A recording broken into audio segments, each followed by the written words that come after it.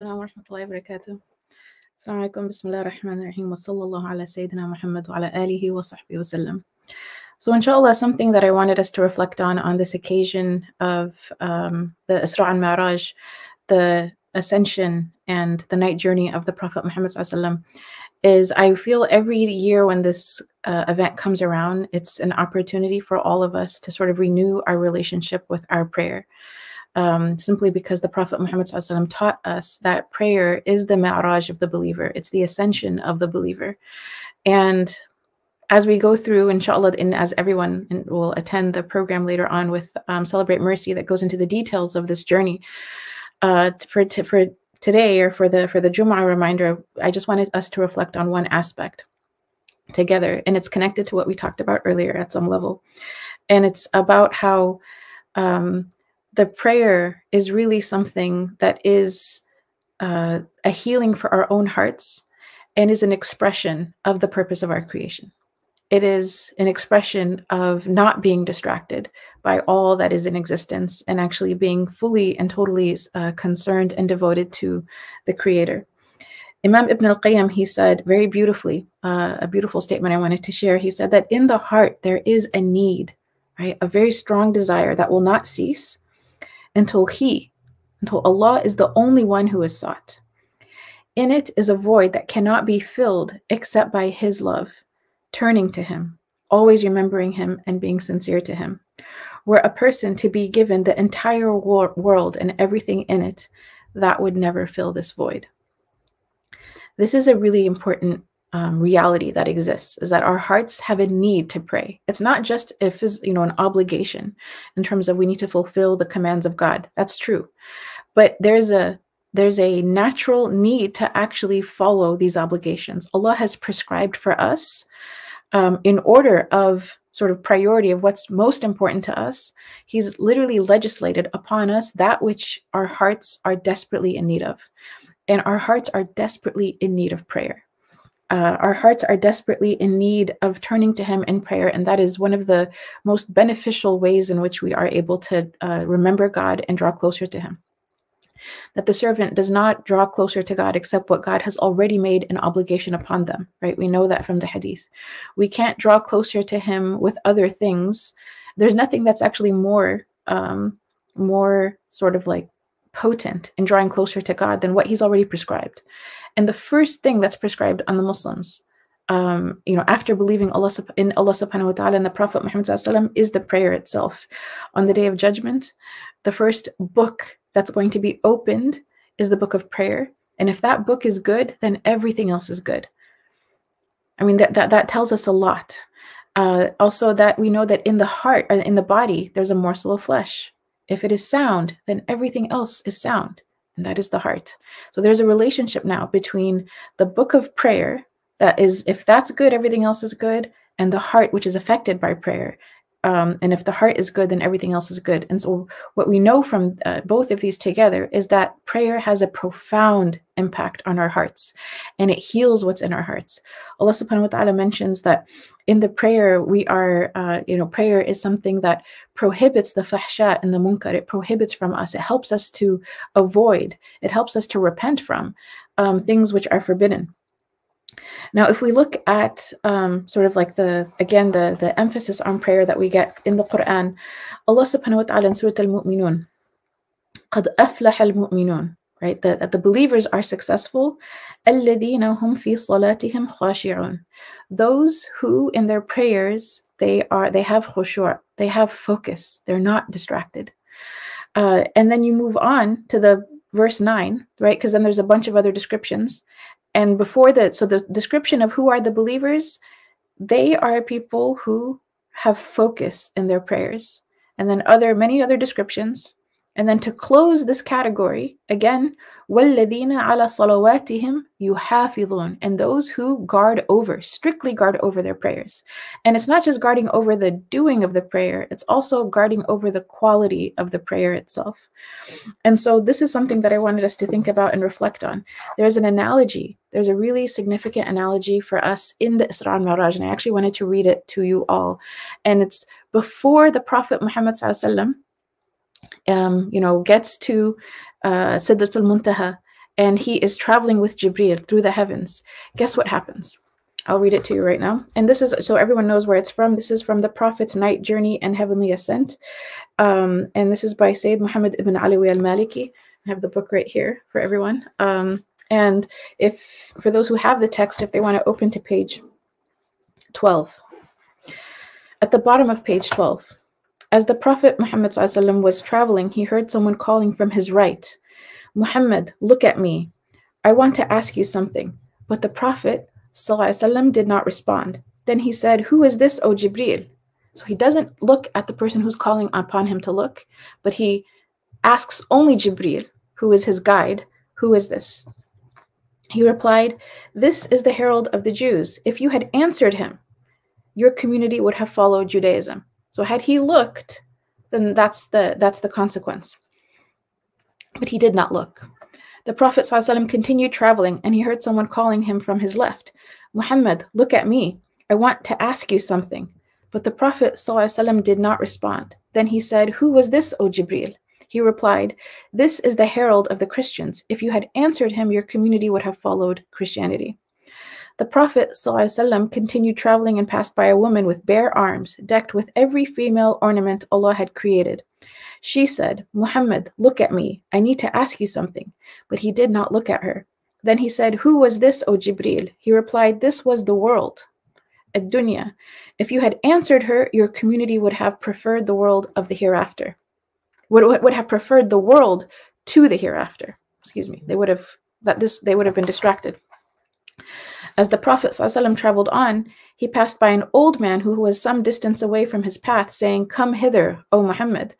But Jibreel said, nay, go on, O Muhammad. The Prophet Muhammad ﷺ, he went on and then said, who was this, O Jibreel?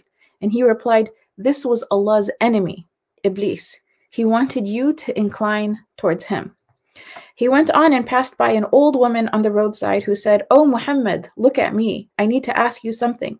But he did not look at her. Then he said, oh, who was this, Jibreel? Who was this, O Jibreel? He replied, the world has as much left to live as the remaining lifetime of this old woman. And so we're going to, and then the story transitions and he starts to meet the prophets and have conversations with the prophets.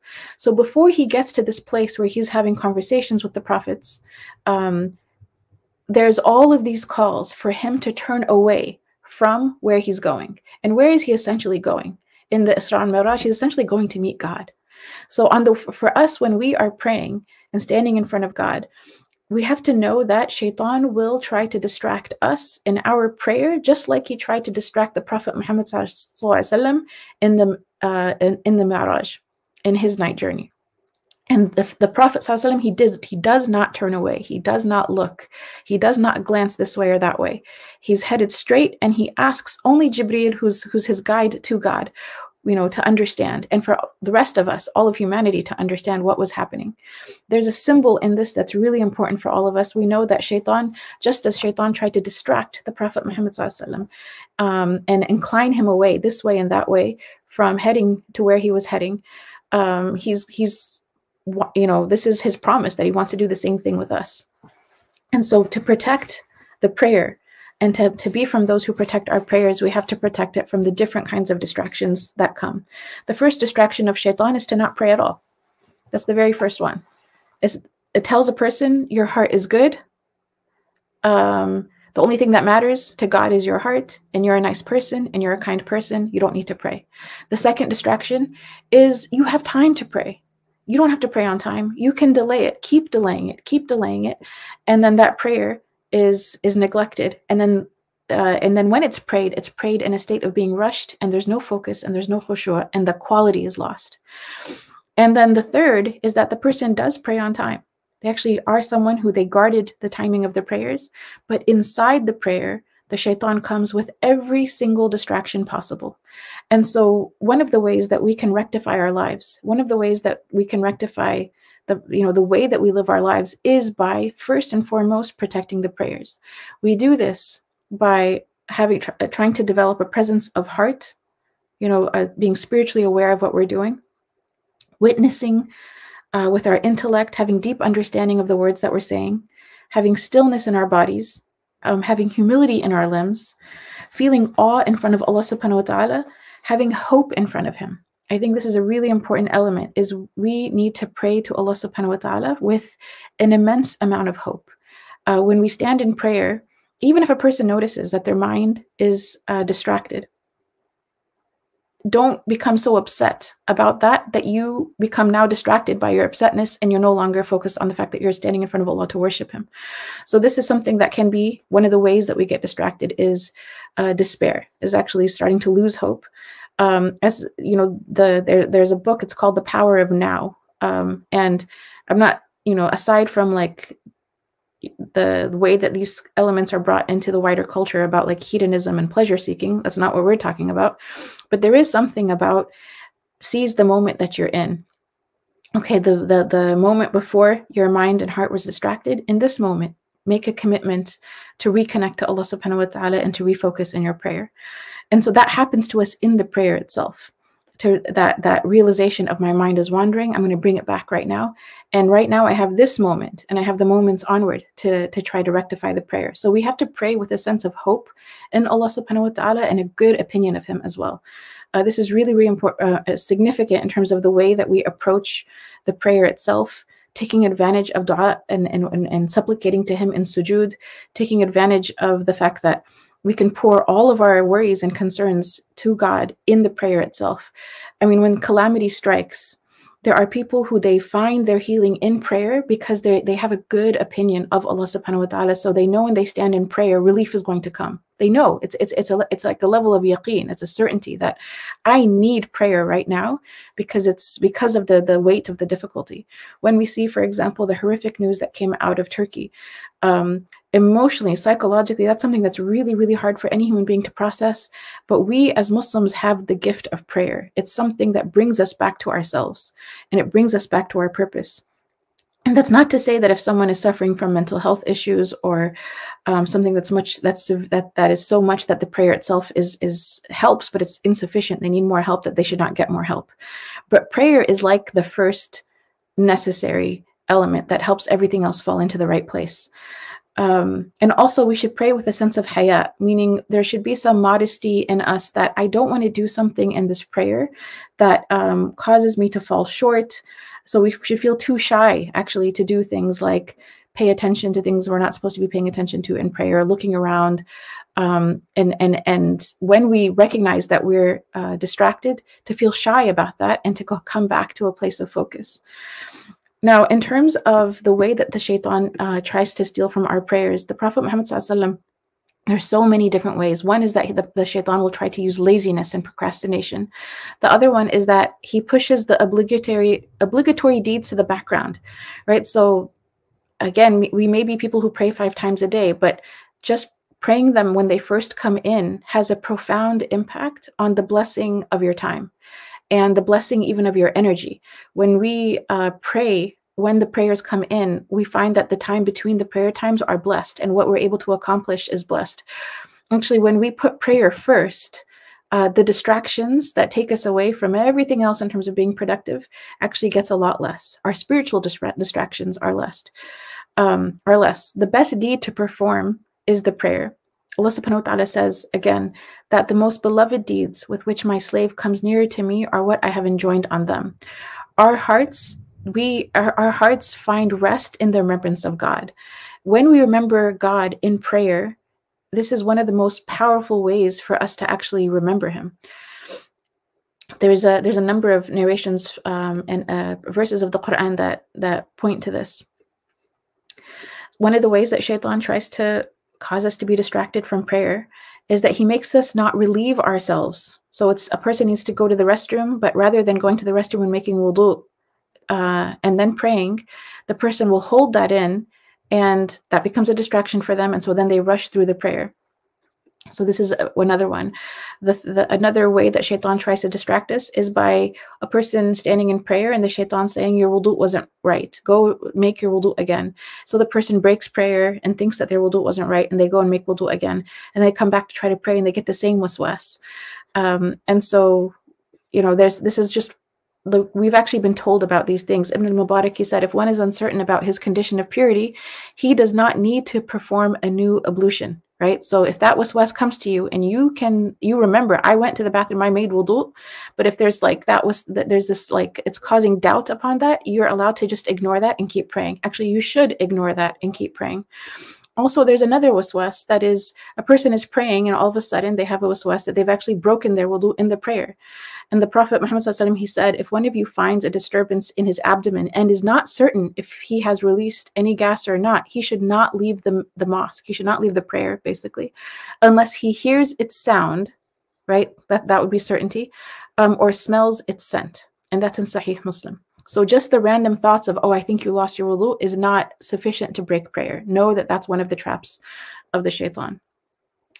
Another one is the urge to show off in prayer. So if you're praying in congregation and then trying to all of a sudden, okay, people are around me, they're watching me, that's one of the ways in which he comes. The mind wandering during the prayer is also another one that is a significant element in how we get distracted. Imam Ibn al-Qayyim, he said, the kind of wandering that is prohibited while praying falls into two categories. When the mind wanders and the heart is distracted from Allah, then it's towards something other than Allah. So that's one. And the second is when the gaze wanders and one looks around. So both of these we're not supposed to do. There are narrations about this, but because of time, we're not going to go into this right now. So I'll leave on this particular tradition. So Uthman ibn Abi al-As came complaining to the Prophet Muhammad ﷺ, and he said, the shaitan comes between me and my salah and causes me problems with my recitation. So the Messenger of Allah ﷺ, he said, that is a shaitan called Khanzab. So if you feel his presence, seek refuge in Allah and blow a mist to your left 3 times. He said, I applied this advice and Allah has rid me of him. And this hadith is in Muslim. So just knowing that this is one of the doors that shaitan comes, it makes a person forget, what rak'ah are you on? What did you recite? And so we have to seek protection. And just again, why is shaitan creating all of these distractions? Why is he there like nonstop trying to prevent a person from really connecting in their prayer? Because there's so much healing in the prayer itself. The heart needs prayer. The heart finds rest in prayer. The heart finds rest in connecting to Allah subhanahu wa ta'ala. It finds peace and tranquility. And there's all of the, sort of positive spiritual experiences that a person can receive from prayer are there waiting for them. And so that is why shaitan does not want us to get the most out of it. And we have to realize that that is, in the same way that the Prophet Muhammad ﷺ in the Mi'raj, he heard the different voices around him and he didn't look. Even though they said, look at me, look at me, look at me, he didn't look. All of our concerns in this world may tell us while we're praying, look at me, look at me. You need to do this and you forgot about that. And what about this? And your kids and your work and all of those things may say, look at me, look at me, look at me. But we should look directly to Allah subhanahu wa ta'ala and not to anyone else in the prayer, and protect our hearts as best as we can. And again, whatever I said that's beneficial is from Allah subhanahu wa ta'ala. Whatever I said that's wrong and mistaken is from myself and shaitan. Barakallahu fikum. Jazakumullah khairan, Shaykha Muslema, for that great, mashallah, lesson on prayer and linking it to your sort of Kaf reflection on distraction and prayer being the healing for our hearts in this distracted world. We have so many comments coming in, mashallah. I just want to share some of them. Sister Thuria said, subhanAllah, this is so powerful reminder and guidance. May Allah subhanahu wa ta'ala guide and make easy for us our prayers, protected. Ameen, Ya Rab. And as well, she said, I truly needed to hear this talk today. It uplifted my heart and soul. Jazakallah khairan, Shaykha Muslema. As well, we had some comments saying that you're absolutely right about the fact that you mentioned that when you pray, right when the prayer comes in, it is profound and spiritual distractions are less. I've experienced that in my daily life. On days that I'm not able to do my juz in the morning and complete my morning adhkar, I will be able to achieve more, as opposed to days that I'm not. So mashallah, everyone related deeply to what you shared, and it was very like helpful and timely. And we do have questions here, both in the chat and in our emails. So I'll just start with, we have a 3-part question in the email, so I'll start with one of them, and I'll share the rest afterwards. But this sister said, as a mom of an active toddler, I feel like my prayers and acts of worship are distracted from watching him. I'm getting nervous thinking about Ramadan and extra prayers at the mosque. What advice can you give me? Okay, so there's, I'm a mother as well, and I have, alhamdulillah, 2 children, and I know how difficult it is to focus in prayer, especially if a toddler is running around and you're afraid they're going to do something that is dangerous while you're praying. So one of the things that, for especially mothers of smaller children, I would just want to say, know that this is a phase that you're going through. And when this phase of life is over, inshallah, you will be able to come back to the norm of basically having a little bit more control over your environment and your focus. But one of the things that can be done is planning the prayer times according to the child's schedule, so that there's certain times in the schedule where okay, this is the time where the child takes a nap, so I'm going to pray my dhuhr during their nap. Or this is the time where maybe there's they settle down and they're watching some cartoon or something that is okay and beneficial. Maybe when they're doing that, if you avoid television altogether, that's a little bit different. But if they're doing something that this is something that usually keeps them engaged, then planning the prayer time to be at those times when they're fully focused themselves in something else. When I had sort of like a crawler that was awake, I found that just putting them in a playpen with toys. Okay, I know that there's nothing dangerous they can do in a playpen with toys, and then I would do the prayer. So those are things that during the daytime hours. But there's also the precious night hours when I know moms are so tired and they're especially if you've lost sleep or you're losing sleep. So with the night hours, like the Fajr prayer and also the night prayer, Isha prayer, praying those after the kids have gone to sleep, or praying those just in solitude in your own home, is something that I think inshallah can, and really trying to like put more emphasis in those, meaning take more time because you have it. Pray more nawafil at those times if you can, because you have that time. They're asleep, and they're not going to be up distracting you in any way. For the month of Ramadan, I personally found in the month of Ramadan, as a mother, before I was a mom, I used to not even be able to imagine enjoying doing all my tarawih at home by myself. I used to think like the only way to pray tarawih is in the masjid, because you get it's such a beautiful experience. The recitation is so beautiful. Praying with hundreds and thousands of people is such a beautiful experience. And then after I became a mother, I actually kind of experienced the words of the Prophet Muhammad ﷺ, where my prayer was, in that context, better in my home. Like my focus and my khushu' and my ability to enjoy the prayer was actually better in my home. I'm not saying you have to stay home. I'm saying that for you, like, pray wherever it's better for you. And so if you find that when you are in the masjid, and you can arrange for childcare, someone to stay home with your infant while you go to the masjid, then if you can arrange that, then wonderful. For myself, I found that I was just in a much better place in terms of my focus and khushu' when I prayed at home when my kids were smaller. So it just depends on where you find that focus. Some actually still enjoy, even with the toddler, they'll pray in the mother's room with all the toddlers crawling around and crying, but they thoroughly enjoy the prayer and they're able to connect more still in congregation. If that's how you are, there's nothing wrong with trying to do that, inshallah, and sort of arranging with other sisters in the community to have a space like that is safe for mothers. For me personally, again, I found that I thoroughly enjoyed, because when you are leading your own prayer, you get to extend your sujood as long as you want. No one says Allahu Akbar and like pulls you out of that place where you're making dua. You get to read the surahs that you want. You get to go at the pace that you want. You get to hold the mushaf and read from it if you want. So like I found for myself when my kids were smaller, that tarawih in my own home was which I like, the experience of it was just better for me. And I think it's going to depend on each person, in terms of what their circumstances are, but arranging for those circumstances maybe in advance will help, inshallah, whatever it is that your preference is.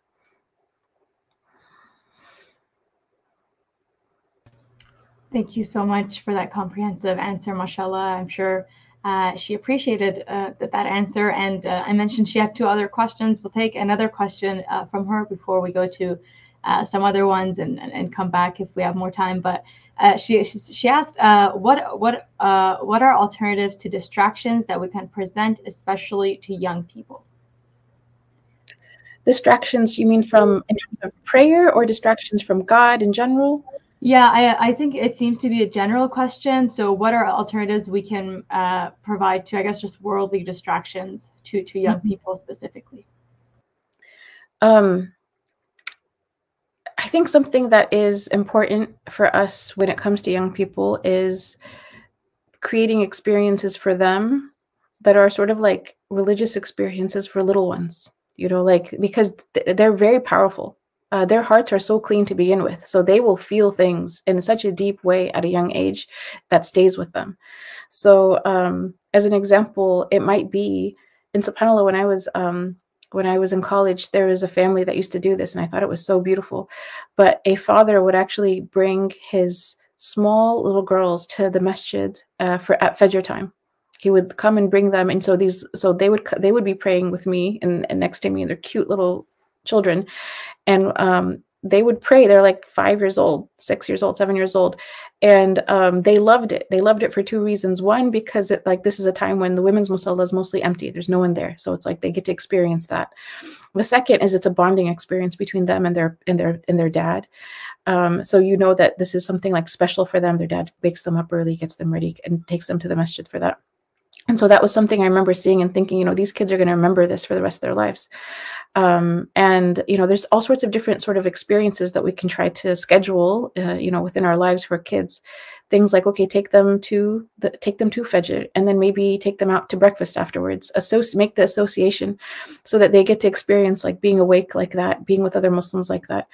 It could be that you know, when we are telling them stories of the prophets and stories from the Quran, you know, if your family is able to make a trip to places where these things have happened. So if you are, there's different places in the world to visit that help us tell the stories of our religion. So as an example, you know, if your kids can go with you to Umrah, that's a big thing to do, but that is something they will never forget.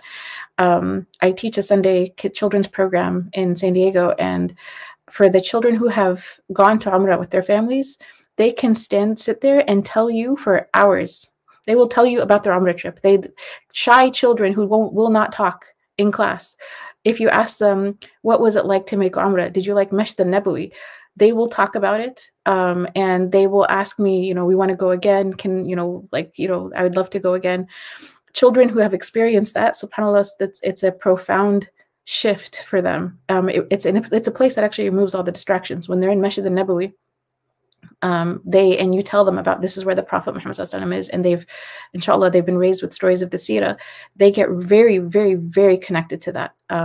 If you take them to Muslim countries, take them to Egypt, take them to the graves of the family of the Prophet ﷺ. There's the graves of so many of the Sahaba, you know, that are buried in Egypt. If they go to Turkey, there are places like that. There's any you know, any of these places, if children experience it as like an experience, this is something that helps them. Another thing I think is also getting them out in nature, connecting with nature, allowing them to connect with God's signs in nature. You know, if you're by the ocean, take them to the ocean and tell them that, you know, this entire life that we live is less than a drop of water in the ocean. And let them look at the ocean and then compare it to like a drop of water. They can understand that. Or less than a grain of sand in a desert. You know, I think with children, it has to be, the story is one thing, but getting them outside in the world, touching and feeling and experiencing these lessons is one of the ways that helps to clear out some of these distractions, inshallah. MashaAllah, thank you for that comprehensive response. We also had another question asking if you could provide the title of the book that you're reading, so we can maybe share that in the chat with the viewers. Yeah, it's called The Prophet's Night Journey and Heavenly Ascent. And it's by Sayyid Muhammad ibn Alawi al-Maliki. There's a translation and notes by Jibril Fuad Haddad. And the publishing company is Imam Ghazali Institute. or Aqsa publications as well. So.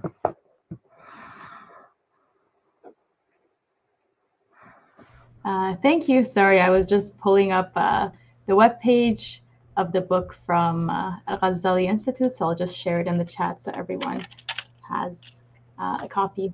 We haven't even got into the questions on YouTube, but we keep getting questions in email and through messages, private messages. So someone asked this question privately. They're tuned in and they're wondering, they're looking for coping strategies to stay on top of prayers while navigating ADHD and anxiety disorders.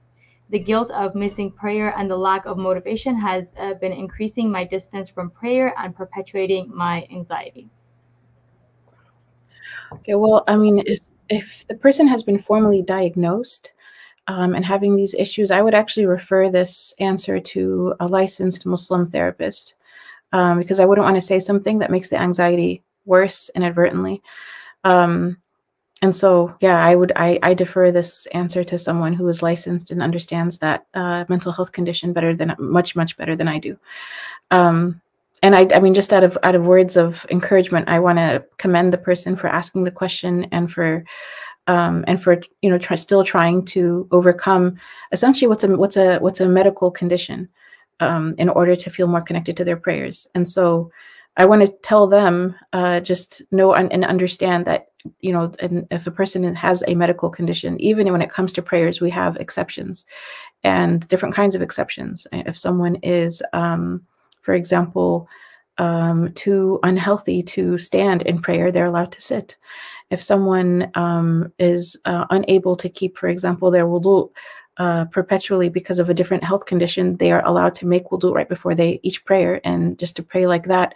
Even if they lose the wudu in the prayer, the prescription is just make the wudu for every prayer because they're not someone who can maintain it. There's all sorts of exceptions that are there for those who have particular medical situations, and I would refer them, inshallah, to a licensed therapist. Yeah, thank you so much, and thank you for those words of encouragement and positive kind of feedback. Maybe going to another question that might reflect that question, but not necessarily a medical diagnosis. This audience member said that someone shared with me the other day that they don't feel a point in praying because they feel nothing and that their prayer is empty. They're also hesitant to perform the pilgrimage because they feel their practice isn't at a level worthy of going. For more context, they are new Muslims struggling with day-to-day practices. So if you have any advice you could share, that would be greatly appreciated. And I think this might apply even to long-time Muslims, so you can address it however you see fit. Mm-hmm. So like one of the ways that shaitan really does try to attack the prayer is by consuming us with like negative thoughts. And the negative thought here is, I don't feel anything, right? So, and people will go through that as a test, even like for very practicing Muslims who, not just someone who's newly converted to Islam, but someone who's been practicing their whole life will go through that. Maybe we go through it sometimes periods of life where you feel less than other times. But this is actually one of them. This is still a blessed test. And what do I mean by this? When we pray, even though we don't feel what we hope to feel from the prayer, and we pray anyways, it's actually a sign that we are there to worship God and not to worship the feeling. So the purpose of the prayer is to an act of obedience in worshiping God in the way that He has asked us to worship Him.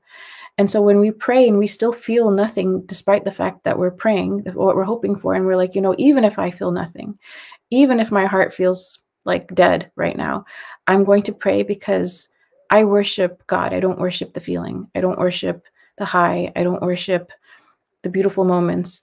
And eventually, a person maintains this and maintains this and maintains this towards what feels like, I want to say like a numbness or a coldness that's happening on the inside. And then it chips away at that and it breaks it down, and eventually they start to feel again.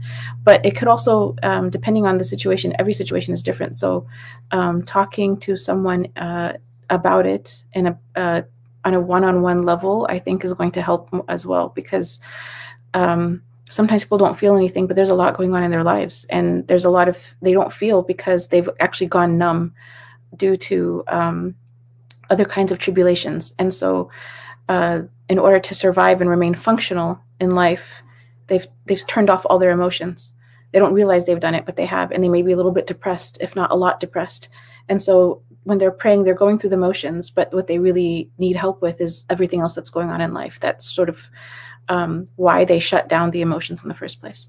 And so it would be good to consult. And again, Muslim therapists would be someone good to consult, but also someone who is trained in pastoral care, like the local, I shouldn't say the local, but if there's like a religious leader that you trust in particular, to try to have a conversation with them and see where that takes them. Because it may not be, there may be nothing, like, I want to say there may be, it may not be a spiritual deficiency. They see themselves being as like, oh, I'm not worth it, or I'm not good enough. And in reality, it's actually, they're going through a difficulty in life, and they need help in that regard. Wallahu a'lam. Thank you so much for your helpful and encouraging answers. And if I go to the third question from our first sister, this might help us kind of continue the previous question and answer. She asked, how do we develop presence of heart? So how can we cultivate this presence to be more present in prayer and in our day-to-day lives? So in the prayer itself, you know, this idea of allowing your heart to be present, first, I want to say it starts with like setting the intention that like I'm here to worship Allah, and I'm standing in front of Allah, and I'm talking to Allah, and I'm receiving from Allah, and renewing this intention and sort of bringing that about. And then also knowing that Allah subhanahu wa ta'ala is looking directly into the state of our hearts. He doesn't look at our forms, He looks at our hearts. And so gathering sort of ourselves, knowing in that moment, right? To worship Allah as though you see Him. We don't see Him. When we stand up in prayer, we don't see Him, but knowing in this moment, He sees me and He sees my heart, and I'm turning my heart over to Him. And I'm doing this as an act of worshiping Him.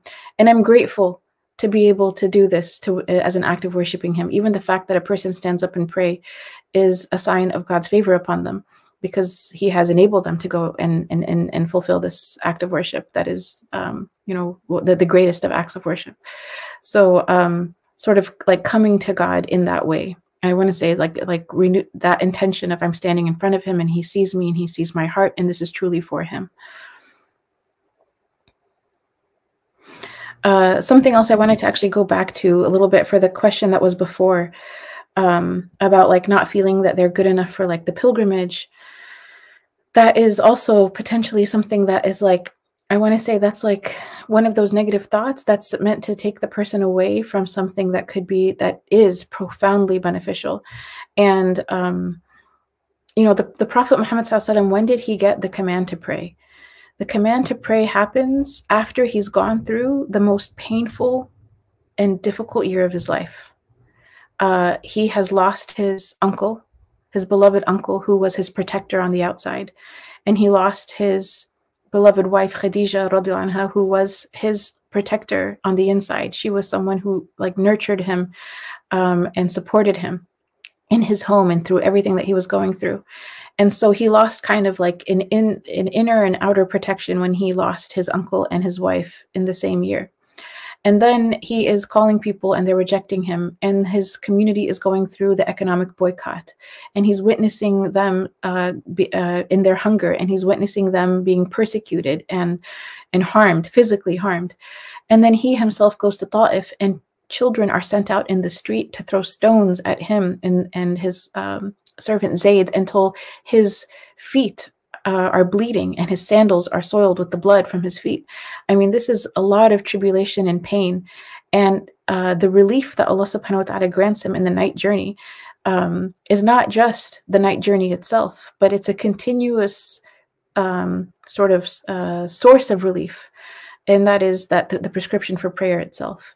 So, you know, prayer was you can say that prayer was decreed on the ummah of the Prophet Muhammad ﷺ at a time when the Prophet Muhammad ﷺ experienced one of his most painful, painful eras of his life.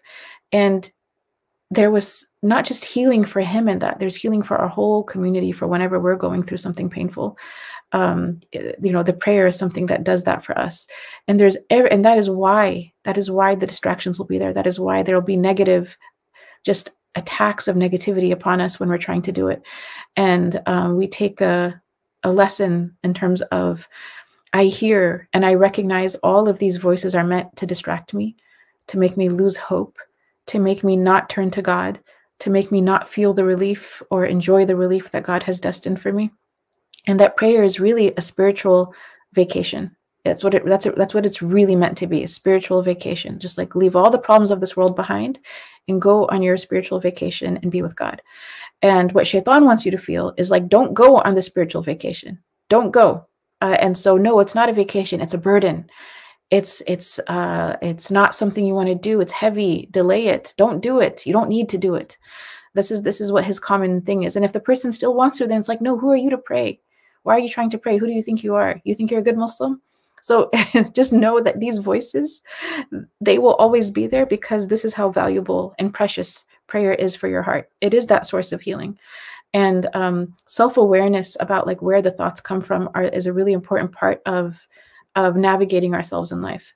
So every emotion that is caused by different thoughts, looking at those thoughts.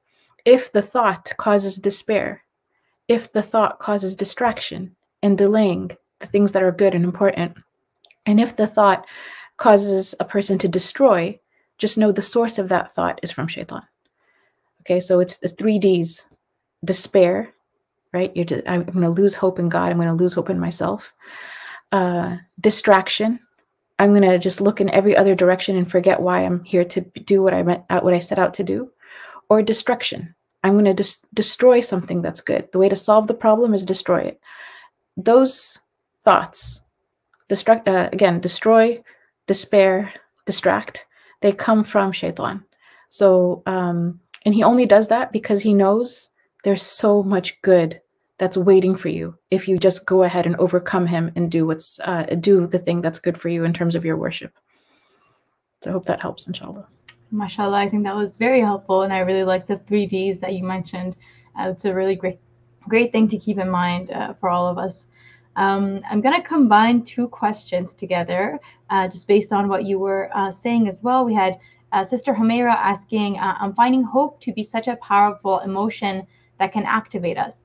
Can you share your personal relationship, I'm guessing, with hope, and ways how you can nurture this emotion? And as well, earlier, Sister Nicole had mentioned that what if the distractions are things of this world, like death, and you see people are lonely, and every day you wake up and you see bad things happening, like the earthquake and shootings. My heart hurts. That's the distraction of which makes her heart hurt, and because of that, it makes her scared for children and others. So, kind of answering this, and as well in relation to hope.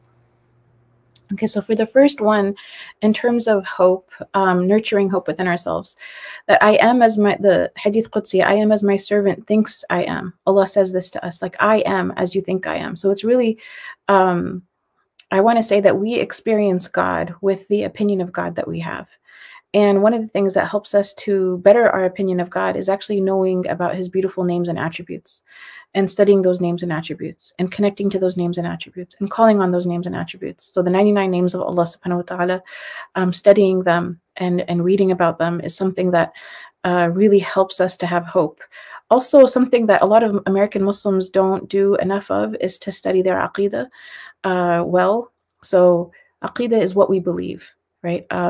So the 6 pillars of Iman, this is what we believe. And as it relates to the divine decree, right, destiny, as it relates to Allah subhanahu wa ta'ala himself, as it relates to the scriptures that have been revealed, and the prophets and their stories, when we study what we believe, I have found for myself, even at a very basic level, a basic aqidah class increases your hope, because it's a constant reminder of who is God.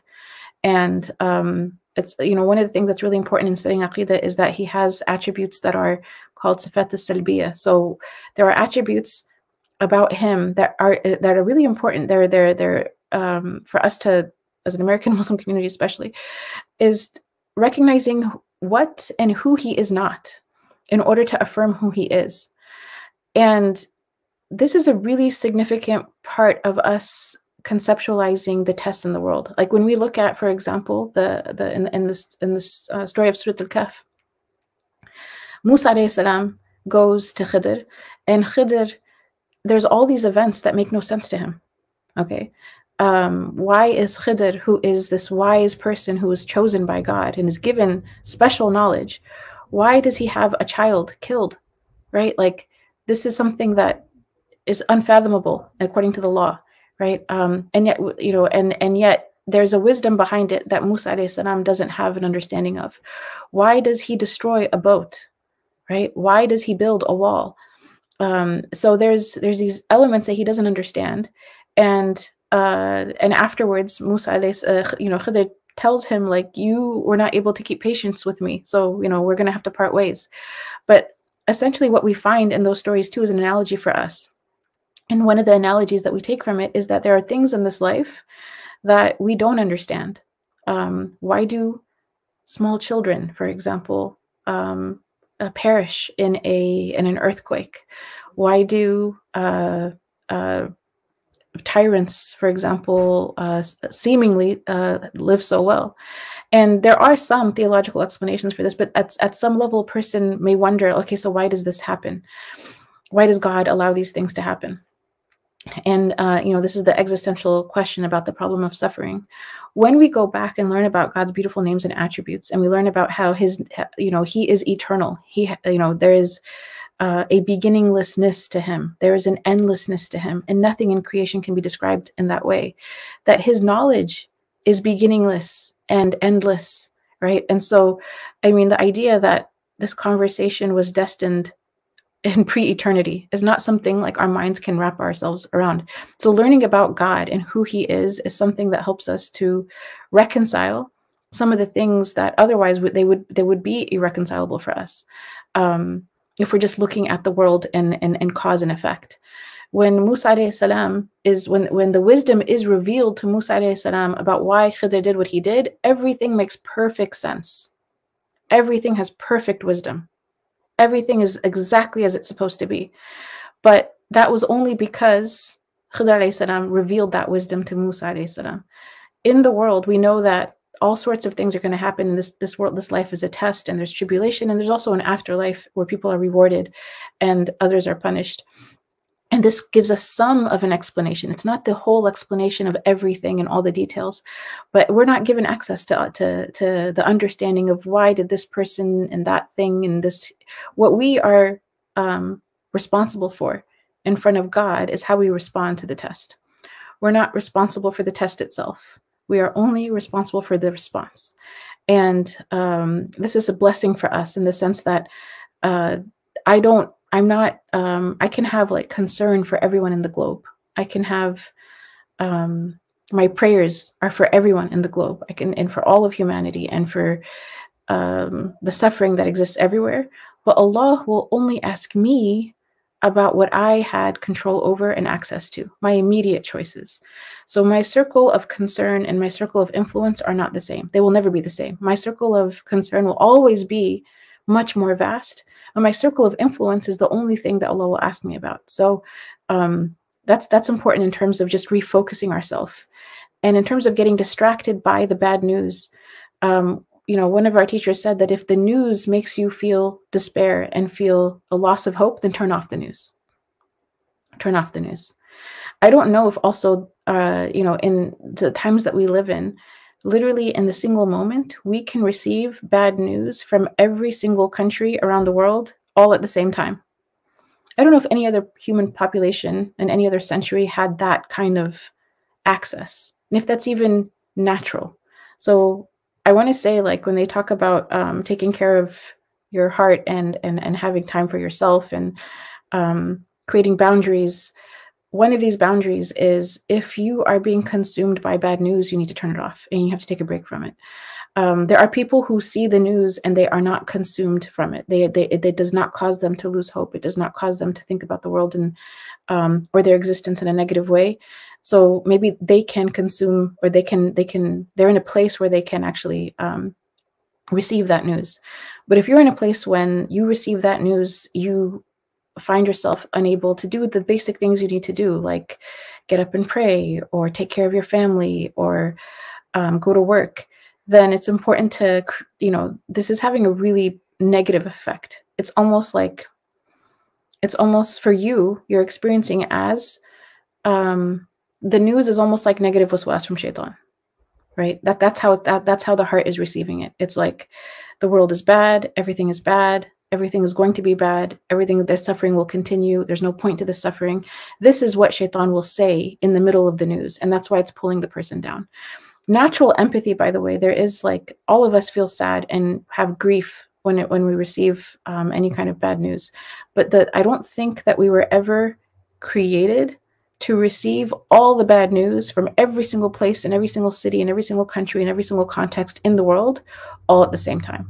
That's not, this is a modern technology issue, and the same technology that we use to turn it on, that does this, that can overwhelm a person, we have the power to turn it off and say, I'm going to focus on my circle of influence right now, which is my family and myself and my heart, and the things that God will ask me about on Yawm al-Qiyamah, and everything else I will pray for, I will donate for, but I need to keep my heart healthy so that I can continue to be undistracted in the way that I worship God.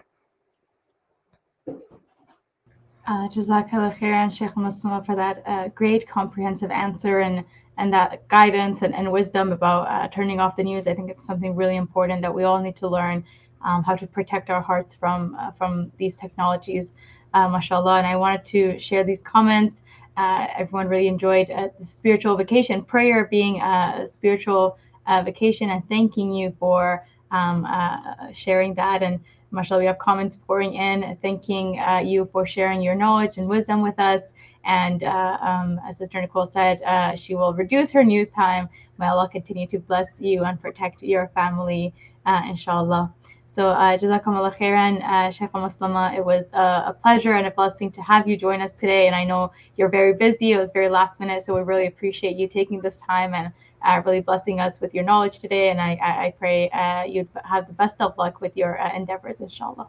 Barakallahu fikum. Thank you so much. An honor to be here. Alhamdulillah. Alhamdulillah. Take care. Assalamu alaikum, inshallah. Alaikum assalam wa rahmatullahi wa barakatuh.